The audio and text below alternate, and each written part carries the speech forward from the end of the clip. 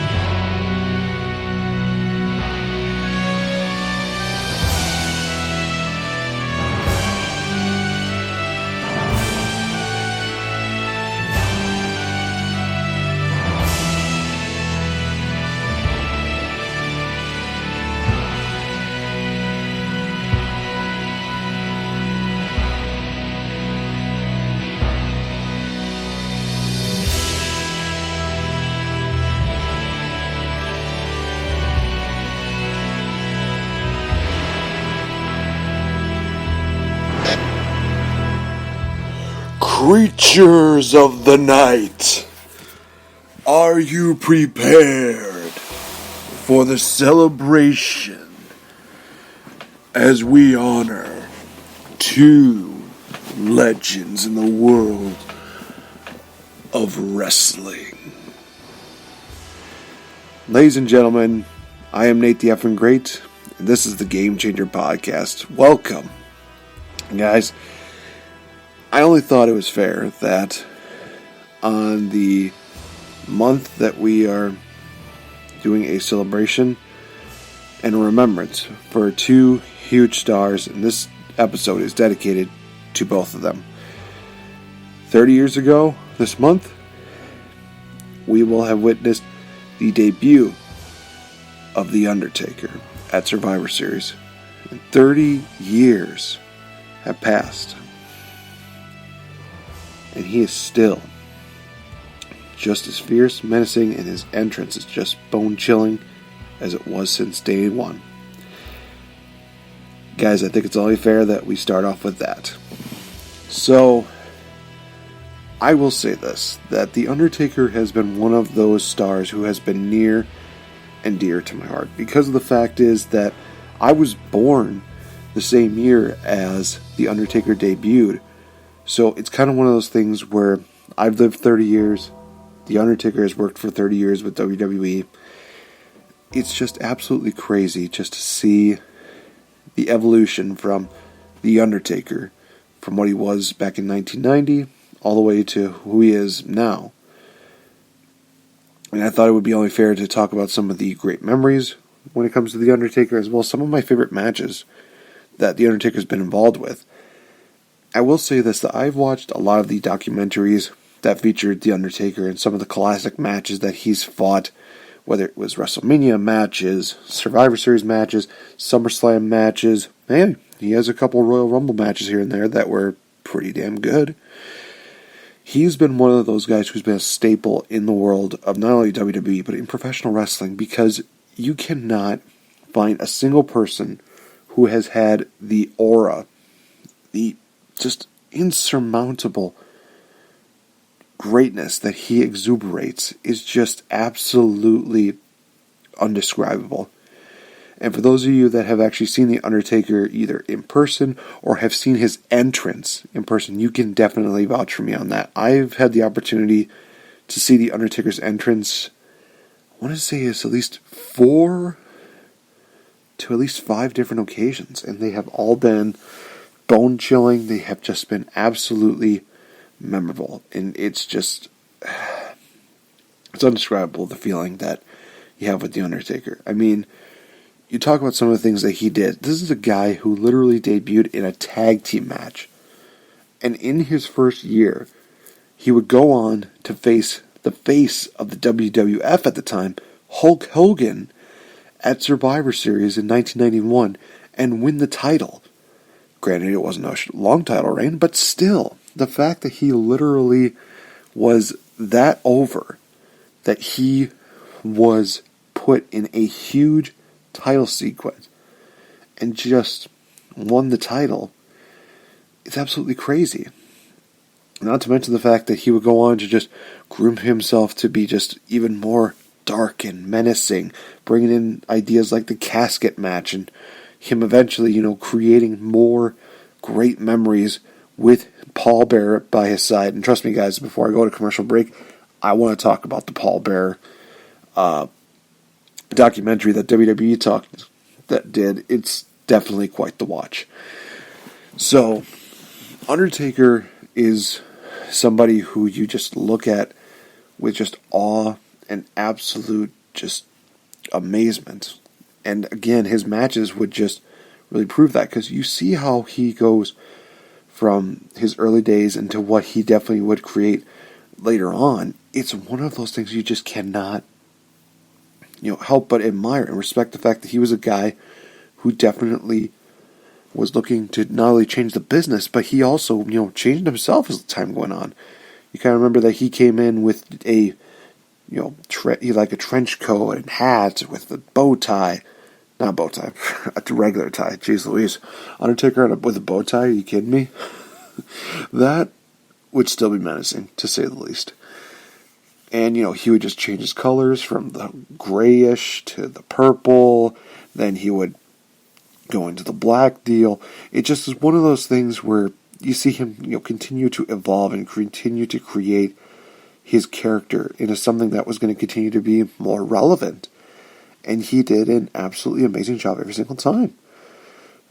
Now, you look at a lot of his other, stories continuing forward, he would actually have some pretty good matches with guys like Diesel, Bret Hart, and Shawn Michaels. Shawn Michaels was definitely one of those guys who I will definitely tell you has been one of the Undertaker's greatest opponents, and you can't really deny that when we talk about that, because we have to bring up Bad Blood 1997, the first ever Hell in a Cell matchup.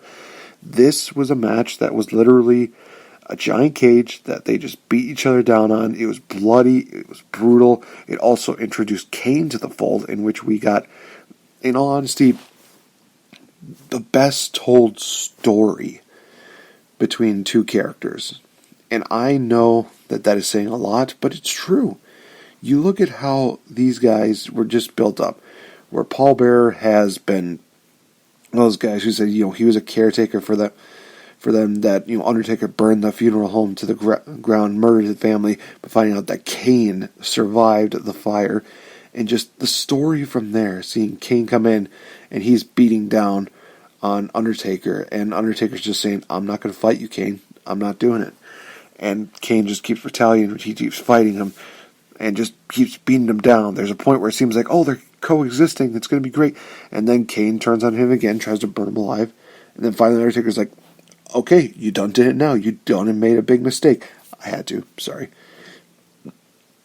He would then go on to feud with Kane, which I don't know if I would say that those matches were, top-notch perfection, but I think their match at WrestleMania 14 was definitely their best outing out of them all.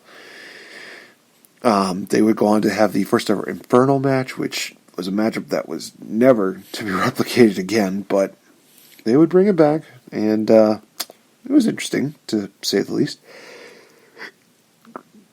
You would see Undertaker, again, continue to evolve as a character, and then that's when he did the Lord of Darkness gimmick. He would, be that guy who would start, going into, I guess people would call it like an emo deal, but at the same time, he wanted to be this, creature of the night that was going to take over the World Wrestling Federation. And, to be honest, he almost did. I mean, there were some bumps along the way, mainly greater power was Vince McMahon. What is that bullshit? He would unfortunately have to take time off, and then eventually he would come back, but he would reinvent himself. He would be a guy who looks like a biker, and he would become the American Badass, Big Evil. Again, still creating some great matches. His match with Triple H at WrestleMania X7, oh my gosh, it's brutal, it's intense, it's something that a lot of people are just overlook because of the fact that, you had, Shane and Vince and Austin and The Rock. But that matchup there was just another great example of WrestleMania moments and magic being created.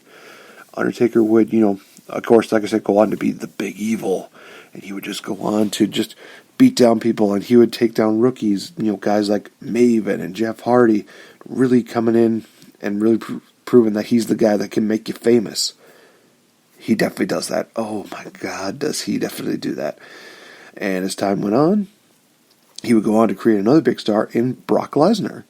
His matches against Brock with, the Hell in a Cell matchup that they had at No Mercy 2002. You talk about also, the match they had against each other in 2003. You know what, we're not even going to mention that one. That was a weird time. Undertaker would go on to slowly become from, big evil biker taker to then becoming the Dead Man again. He would just reclaim what he rightfully had, and that was his reign of terror. And he would continue to create great feuds. He had feuds with Randy Orton, Batista. I would even dare say his feud with Mark Henry was pretty good. That match at No Way Out 2006 between him and Kurt Angle is just absolutely wonderful. Just, Olympic gold medalist against a dead man. What more do you need to say other than that? He then had matches with Edge at WrestleMania 24. Oh, man. I legit thought that was going to be the night that, to this point, Undertaker was undefeated at WrestleMania. I thought that this was going to be the night that the streak was over. And, to be honest, thankfully it wasn't. He defeated Edge, had a great rivalry with him. He would then go on to feud with other great people. He would, oh my gosh, how can I forget that? This is one of my favorite matches of all time. His match with Shawn Michaels at WrestleMania 25. I still love this matchup. I'll go and watch it every now and then and just be reminded that wrestling is great. It's about storytelling. It's about creating great moments. And Taker and Shawn were two guys that definitely laid it all on the line and created something great. They had back-to-back WrestleMania matches that were just hard to compare. I mean, to be honest, people are saying that the 26 was better. I still like the 25 matchup better than 26. But at the same time, people like the 26 because of the storytelling there. And both of them have the great storytelling. And as far as storytelling-wise, you got to give it to 26 because of that extra edge where Shawn's career was on the line and Taker's putting the streak on the line. It's just so damn good. Then you had some matches with, Triple H, and then he went on to feud with Punk, lost his streak to Brock Lesnar at WrestleMania 30, which is still one of the biggest shocks of all wrestling. Continued having feuds here and there. It is kind of interesting to see how he, I don't want to say that he fell from grace, but definitely see that, time was definitely not on his side. Because you see him kind of getting slower. You see him definitely getting more banged up. But he definitely was very resilient. He was one of those guys who I definitely admire the fact that he wanted to keep coming back.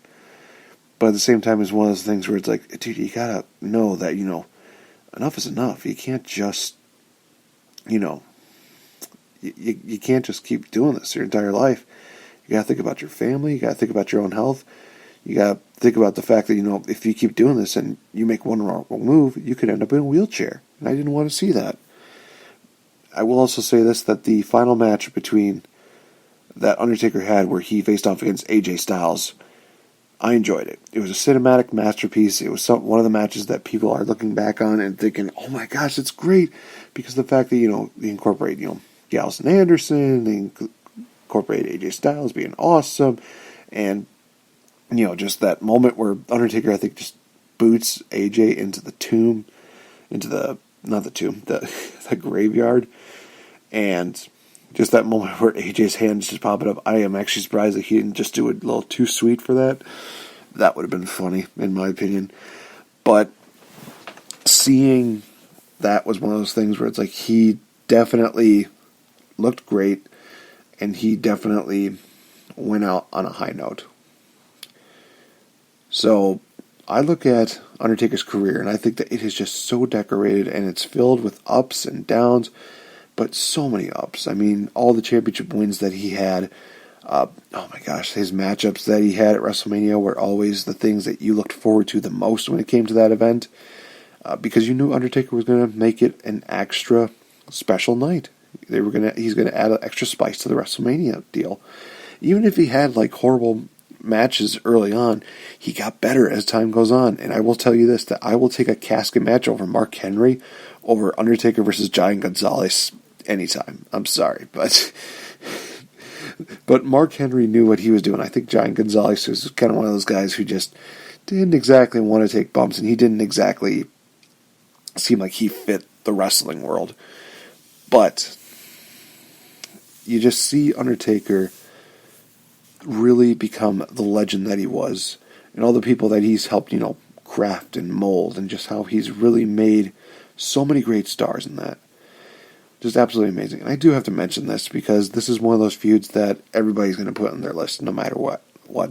And his feud with Mankind, with Mick Foley, has been well documented, and it's one of those feuds that you look back on and you kind of forget about all the great moments that Mankind and Undertaker had. The Boiler Room Brawl that these two had at, I believe it was SummerSlam 96, if I'm not mistaken, where they're literally just beating each other up, and what ends up happening is that Paul Bearer turns on The Undertaker. Paul Bearer, the manager of The Undertaker, the guy who literally is helping Undertaker reach that prominence, is now saying, no, I trust somebody else, and that was Mankind. They had their first Buried Alive matchup. They just feuded so many times throughout the year. Then the unforgettable Hell in a Cell matchup between the two of them, where Mankind was thrown off and choke slammed off the cell. It's just crazy seeing those spots, and it's crazy just seeing how everything becomes. You get sort of jaded with some of the things in wrestling, but there are certain things that you watch in wrestling that it's just like, that's awesome. That is amazing. More of that, please. But then there's also some moments where, like with the Mankind stuff, it's like, yeah, no, don't do this anymore. Please, no more. Okay, no, just no more.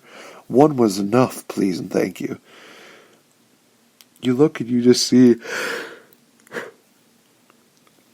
again, how The Undertaker just grabbed himself and how he just became who he was. It's just absolutely amazing just watching that. At least, oh my gosh, he's been champion at least 6 or 7 times, I want to say, because he's a 4-time WWE champion. I do believe that he's a 3-time World Heavyweight Champion, if I'm not mistaken. Because, I think I'm right. Interesting. And he's been a tag team champion. He's been a hardcore champion of all things, but that was what gave Maven his big break. And that moment where Undertaker was eliminated by Maven in the Royal Rumble, are you kidding me? Who would have ever thought that was going to happen? I don't think anybody. Especially not me if I was watching that at my young age. It's amazing just seeing that and watching how time just ages. And there's some of those moments that have been aged really well. Then there's other moments that time is not exactly aged well. But that being said, Undertaker has definitely been one of the biggest parts of professional wrestling, not just WWE. Because you look at all of the characters and gimmicks in life, and you just see how these characters have evolved. None can touch The Undertaker, whether he was the American Badass or a Dead Man or the Lord of Darkness. It didn't matter. All that mattered was that Undertaker was always there, and Undertaker was always there to deliver. So, Now we talk about the documentary of Paul Bearer. This was a very well told story where you had so many people like Michael Hayes and Undertaker. You had Kane. So many people that knew Paul Bearer for who he was on and off screen. It's just absolutely a very well talked about and well thought out documentary.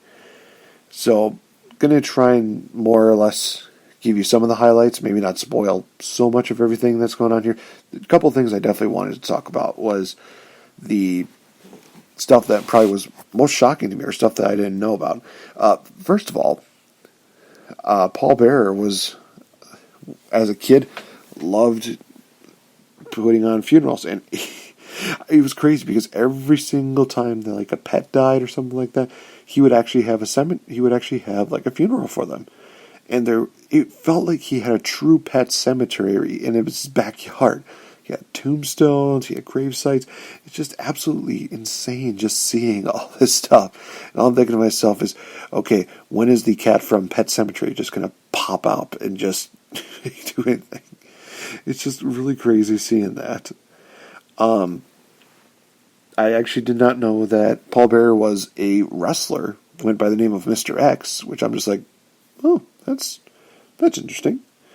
But he would eventually become a manager, where he would manage people that, honestly, I didn't know he did, managed a few of these people. I didn't know that he managed Rude and Luger and Austin, Texas Red, early version of The Undertaker. So he was definitely one of those managers that really just created something, just created something amazing. Paul Bearer actually got hired by Vince McMahon around Christmas time in 1990, which I'm just like, whoa, that's kind of crazy. And he also mentions the fact that Paul Bearer's wedding anniversary was on the 22nd of December, which I thought, well, that's going to be an interesting time. I mean, you have Christmas just around the corner. It's time for the wedding anniversary. It's like, oh boy, that's insane. Just seeing that, just hearing all this kind of stuff was absolutely amazing. Hawk from the Road Warriors kind of joked in the name of what his name should be, and he was like, what if it was Paul Bearer? And it was kind of one of those things where he kind of just chuckled it off, but somebody was just like, that's actually not a bad idea. So it's one of those things where, it started off as a joke, but in the end it turned out to be one of the best things in wrestling history. We see, it's one of those things where I thought this was kind of interesting, was that the reason why the urn was there was because Paul felt he felt empty without it. He felt like he would, with him just walking around doing, he just felt like something was missing. So that was why that was there. There was nothing really too substantial about it, but it was just one of those things where it's like, yeah, he just needed something to really complete the character, and it worked. The fact that, oh my gosh, they did this for 6 years. 6 years. Oh my goodness. It's just absolutely, it's absolutely amazing to see that this is, again, one of those characters that can hold that for so long. I mean, you look at New Day, they had to try so hard to stay relevant for so long, and they did it. With William Mooney, aka Paul Bearer, he had that kind of same deal where he had to try and keep finding ways to stay relevant for that 6-year run, and he did it. He did absolutely great. Now, people were kind of debating on the point of, was the turn too soon, or was it the perfect timing for that? I think the jury's out on it, but I think it was one of those things that needed to happen eventually. So I think that, it was the right set of circumstances with the right person at the right time in the right place, and Mankind was the perfect foil for The Undertaker. They talk a bit about, the Paul Bearer. I really, like I said before, the Kane Undertaker story was great. Paul Bearer added an extra element to it. that was just great. Oh my gosh! So I didn't realize that Paul Bearer had some. He did quite a few ribs. This was absolutely great.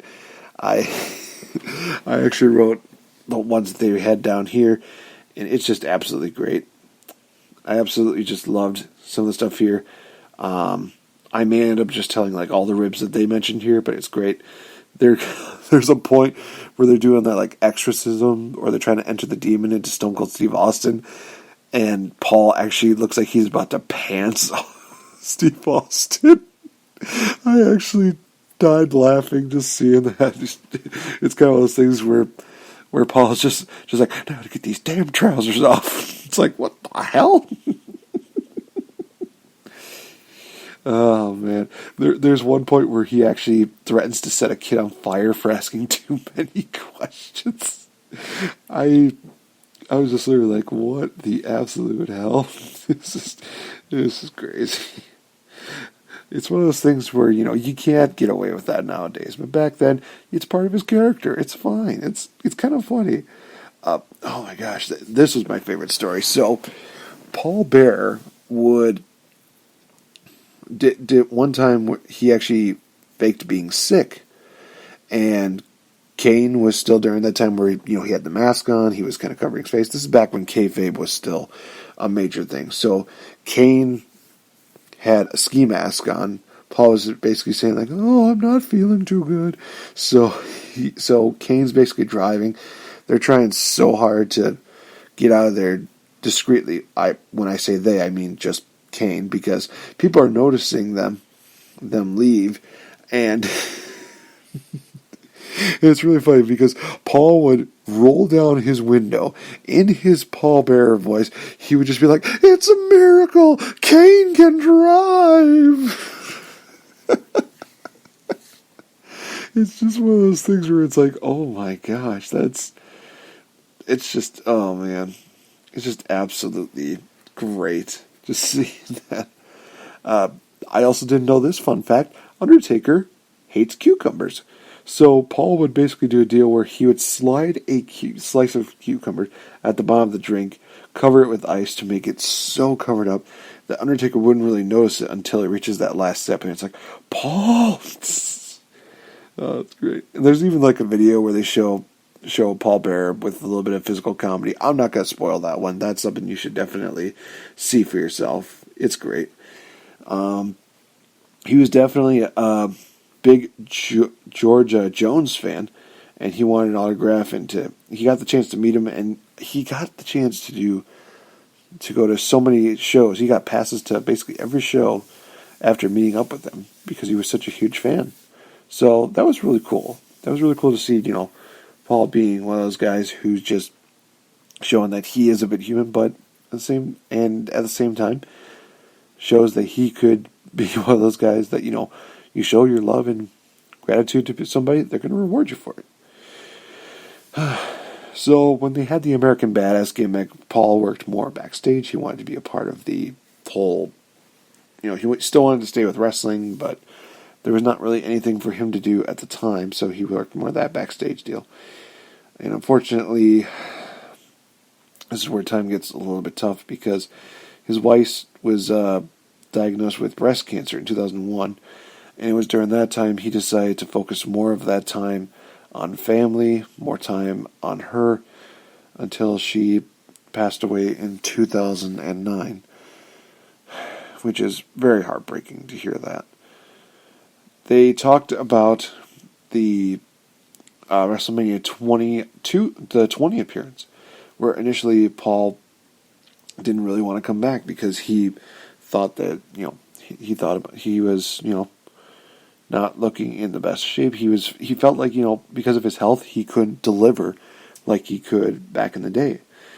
And Vince and WWE did something I was not expecting at all, but this was something that was a kind of sweet that they did, but I don't know if it was 100% necessary. They paid for his gastric bypass surgery, and they wanted to make sure that he was able to make it to WrestleMania 20.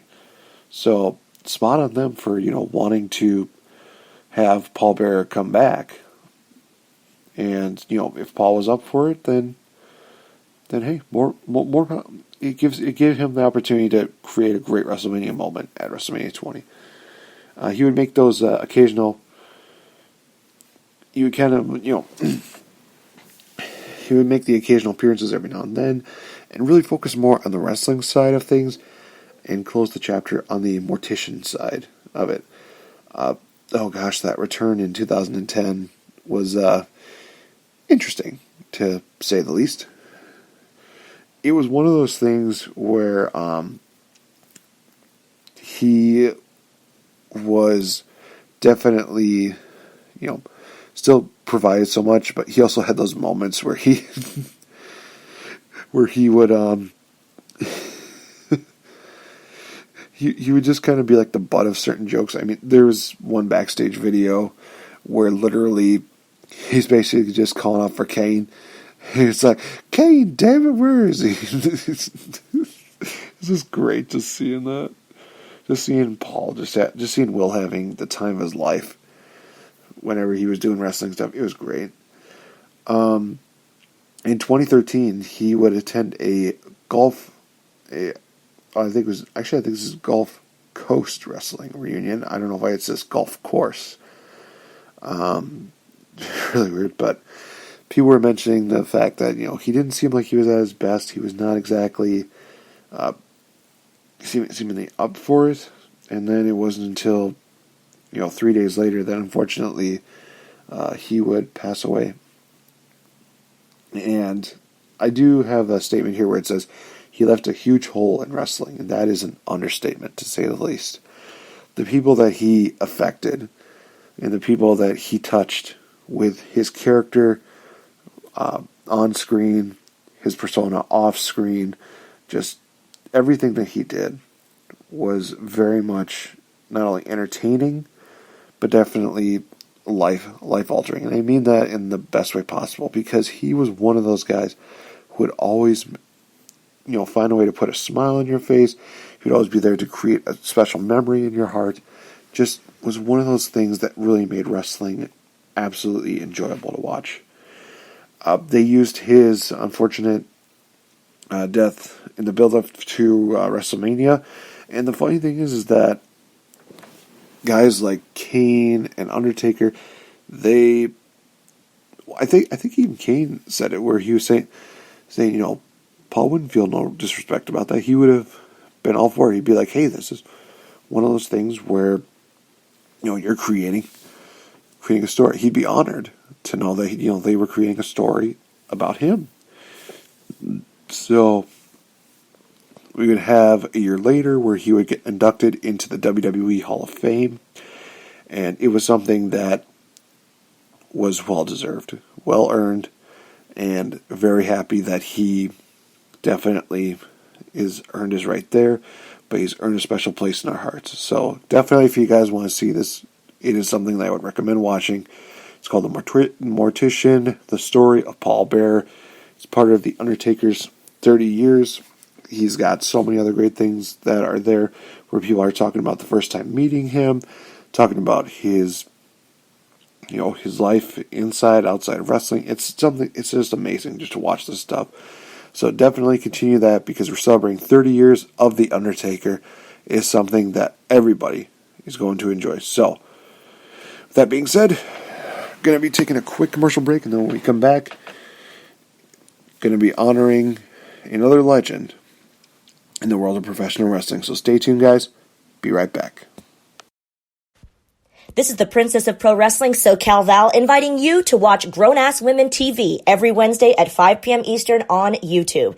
GAW TV is the ultimate slumber party with me, Lisa Marie Varon, and Mickey James. Plus, special guests like Mick Foley, WWE's Paige, and more. We're live in the YouTube chat room every Wednesday for each episode premiere. So join us, and don't forget to bring a cocktail. Visit GawTV.com for more info. That's GAWTV.com. We'll see you there. Check out the guys over at Eclectic Media Project. They bring you podcasts such as Musically Challenged. Whose podcast is it anyway? Want to hear something interesting? And their newest podcast, Page 3.14 News. Check them out on Podbean and iTunes at Eclectic Media Project, on their website at www.eclecticmediaproject.com.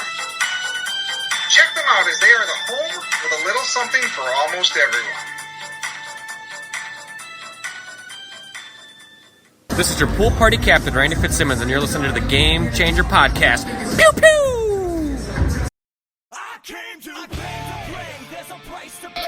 Hey guys, this is NateFNGreat. Hey, have you ever wanted to be a champion but can't seem to really find the money and the time to get a championship belt? Well, you know who's a really good friend of mine? AJ from AJsBelts.com. These guys have a large assortment of championship belts, from classic belts to the modern day belts to championship belts you would not even believe. And guys, like I said, they work with you very well. With an awesome layaway program, there is no way that you can beat these guys' prices as well as these guys' deals, especially when you can give them a little bit of money every now and then until you can get that championship gold. Coming from a guy who's a champion and a game changer, I'm indeed NateFNGreat. I'm representing AJsBelts.com, proud friends of the Game Changer Podcast.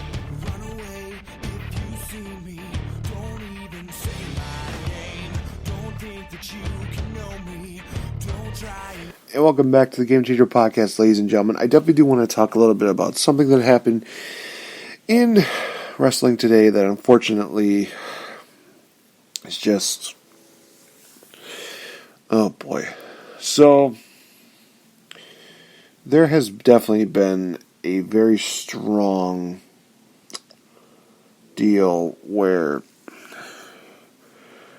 it seems like WWE workers are trying to get a union going, where they can definitely get some benefits, and honestly, they definitely deserve so much more than what they're getting right now. And one person who was vocal about it was one Zelina Vega. She sent a tweet that said that she supported unionization, and unfortunately 10 minutes later WWE announced that she had been released. Coincidence? I don't think so, but I'm going to focus more on the positive side of it, where Zelina Vega, now she's not exactly under contract, so she can probably, after the no-compete clause for, it's 30 days, 3 months, whatever the hell it is, she can go wrestle for somebody who's going to, appreciate her, as well as I think she might be able to get back on her Twitch deal, which in all honesty, I'm looking forward to that. That's going to be awesome. Just, seeing her literally just enjoying what she loves to do. It seems like she really enjoyed doing Twitch, and I think that she's going to be going back to that. But it seems like one of the other nails in the coffin of this firing, quote-unquote, is the fact that she had an OnlyFans deal going on. So that was something that, unfortunately, that might have been the straw that broke the camel's back with WWE. But they are just being very, very difficult to work with. And it's kind of getting me to be very difficult to be a fan for them and support them because they're doing these kind of things. It's tough. So, best of luck to Zelina Vega in her future endeavors, or as I know her as Thea Trinidad. Hopefully she is going to be doing something that she's going to love, and that's going to make her very happy. So, hoping for her nothing but the best for her. Now, with that being said, we move on to the other half. I did say that we're going to be honoring two superstars, two legends in wrestling. This month marks 30 years of Undertaker's wrestling career in WWE, but it also marks the 15-year anniversary of the unfortunate passing of one Eddie Guerrero. So this is one that was very tough to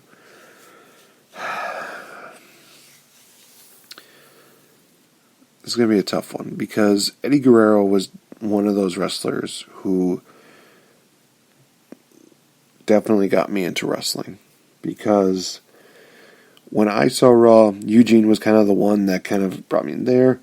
When I saw SmackDown, Eddie Guerrero was kind of the character that really started really reeling me in.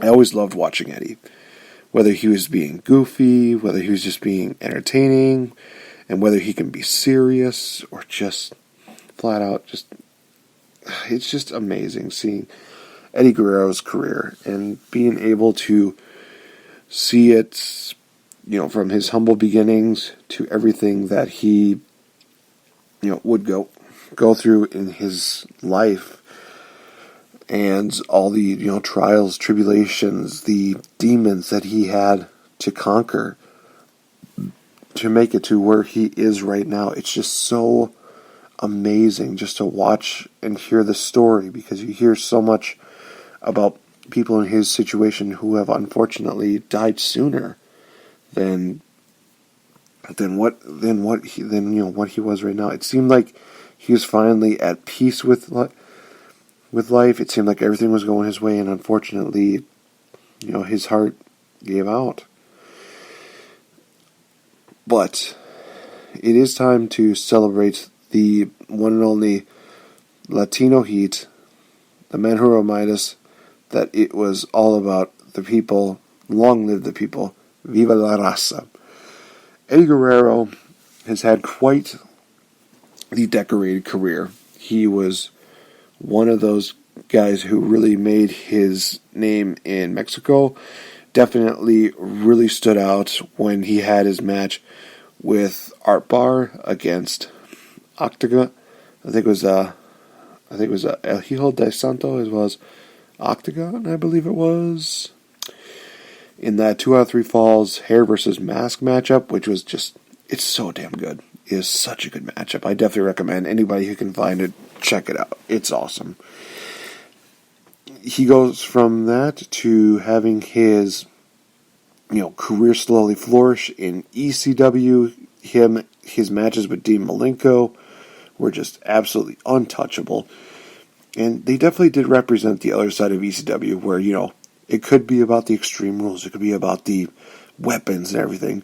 And then you had people like them, Rey Mysterio, Juventud Guerrera, that just went out there and they just wrestled, and they were just fast-paced styled, very energetic, just really absolutely great stars that would eventually, continue to have their careers flourish, and they would go on to the, seemingly brighter pastures of WCW. Now, unfortunately, the darker times would come for Eddie, but it was kind of one of those things where it was like on and off screen where that would happen, because the on-screen deal, he was in the same realm as a lot of people in the cruiserweight division, where they were just not getting promoted. They were not getting the right spotlight because they were getting, everybody was going to get beat up by NWO. But that still didn't stop him from having great matches with guys like Ric Flair and, like I said, Dean Malenko. His match at Halloween Havoc with Rey Mysterio, still one of the best WCW matches ever, is just absolutely wonderful. It's one of those things where, Rey Mysterio has talked about it, where he said that he's not been able to do certain moves again from that matchup. I think one was like a backflip DDT from the top rope. That was a great move. I believe there was one where he did a over the top head scissors Hurricane Rana. Excuse me, to the outside. Just one of those things where it was a one-of-a-kind matchup that created a one-of-a-kind feel to it. Eddie would have to, eventually enter into rehab, and eventually he would find that greener pastures in WWE, where he would team up with Chavo Guerrero, and they would have the Los Guerreros vignettes, which were, oh my gosh, those were great. Just seeing some of the antics that he and Chavo would do. And it's really funny because they were supposed to come off as heels, but Chavo even mentioned it, where he was where he and Eddie were coming out all nasty and people were cheering for him, and they're just uh-oh, what was this supposed to happen? And people just started loving the fact that they were just lying, cheating, and stealing, they had personalities, and it was very fun just to see that kind of stuff. I do love when during those deals, there were a couple moments where some of these quote-unquote white guys were just going like, hey, essays, it's cool, man. And Chavo and Eddie would just either mock them by be like, hey, essay, it's cool, man. Or just be like, oh, look, he's mocking how we talk, Chavito. Just those things where it's like, Eddie and Chavo, I love them. They're one of the greatest tag teams of all time. People fight me on that. But then eventually, Eddie would go on to singles competition where he would win the U.S. title and have an instant classic with Brock Lesnar at No Way Out 2004. What a great matchup. And then he would go on to have a match with Kurt Angle at WrestleMania. How many people can really say that? They have a great matchup in their home state and then go on to headline one of the biggest events ever in all of sports entertainment history. And even though it's still a very well bleaked out moment in wrestling, that moment where he shares the embrace with Chris Benoit at the end of WrestleMania 20 is still one of the most emotionally driven moments in there. But like I said, due to the circumstances with Chris, it is very much overlooked, unfortunately. And it's very much erased for obvious reasons. But you look at Eddie and just like some of the other matches that he had in WWE, his matches with Rob Van Dam, oh my gosh, that ladder match, just crazy to see that. His match with Edge on SmackDown, he had great matches with guys like, Kurt Angle and Rey Mysterio, Booker T, John Cena. Some of the great rivalries that he had were just fun, and they were very entertaining, and they were just very well thought out, just absolutely great. Then he had the deal with Rey Mysterio, where, it started off with just a friendly deal between the two of them. Then Eddie made it personal, and he became this dark and vindictive character that would just try to break Rey Mysterio's family in half by having that matchup at SummerSlam, where it was for the custody of Dominic. Probably one of the more unique turns. Now, I'm not going to say it's for the better or for the worse. The jury's out on that. I think it was kind of those things where people were kind of think it was in poor taste, but I think they were just doing that to try and add a little more, more layers to the story, which I guess, I guess it works, but it's still one of those things where maybe they could have done without that. That's just me. And then Eddie would have his final feud on SmackDown with Batista, where they had some great moments there too. The first time that they announced that Eddie and Batista were battling at No Mercy, just that moment where Batista's just like, come on, man. Friends don't shake hands. Friends gotta hug. And then Eddie's face of just like, what the hell is going on with this guy? And the nurse and Dr. Barnett deal, so funny. One of my favorite Eddie Guerrero moments, just him basically acting like he's not feeling well, and then just as soon as they introduce the doctor's just like, hello, Mr. Guerrero. And he's just like, this is not going to end well. He could see it a mile away. Oh my gosh, just some points where Eddie Guerrero just gets caught cheating is just as funny as him putting the smoking gun in somebody else's hand. Still another one of my favorite moments is just Ray and Eddie, they're battling against each other, and Ray's just like, he hit me with the belt, and Eddie's just covering the title belt, just trying so hard to make it that he's innocent. Just him, just the referee going like, did you hit him with the belt? Eddie, no! Oh my gosh, just, he can be entertaining in the ring, outside the ring. He can be, he's gifted. He was just one of those guys who, in all honesty, was another staple in what made professional wrestling fun and what made it absolutely great. I will say that he is probably at least the top person in my memory that if I had the opportunity to meet, he would be definitely very high up there. Just getting that chance to, just talk to him and just having that infectious smile, just smiling back at me and just being able to, talk to him about, the fact that he did so much to make it to where he is, and just tell him that, hey, Eddie, we are proud of the fact that you overcame all these obstacles and that you have definitely become the person that you are today, that you become somebody better. So it is one of those things where, God, I miss Eddie. Eddie Guerrero is one of those guys who definitely made wrestling fun for me, and he definitely made wrestling fun for everyone. He made it something special. He had so much respect for it, and I definitely will say this, that I do miss him more and more every day. In 15 years, it's crazy to think that 15 years ago, he's been gone. But he is in a better place right now. He's with so many great wrestlers up there, probably putting on events that are going to be 20 times bigger, if not infinitely sized bigger than WrestleManias, Wrestle Kingdoms, Bound for Glories, you name it. They will not have anything compared to those events. So this has been the Game Changer Podcast. Guys, thank you so much for tuning into this, to listening to me talk about Undertaker, talking about Paul Bearer, talking about Eddie Guerrero.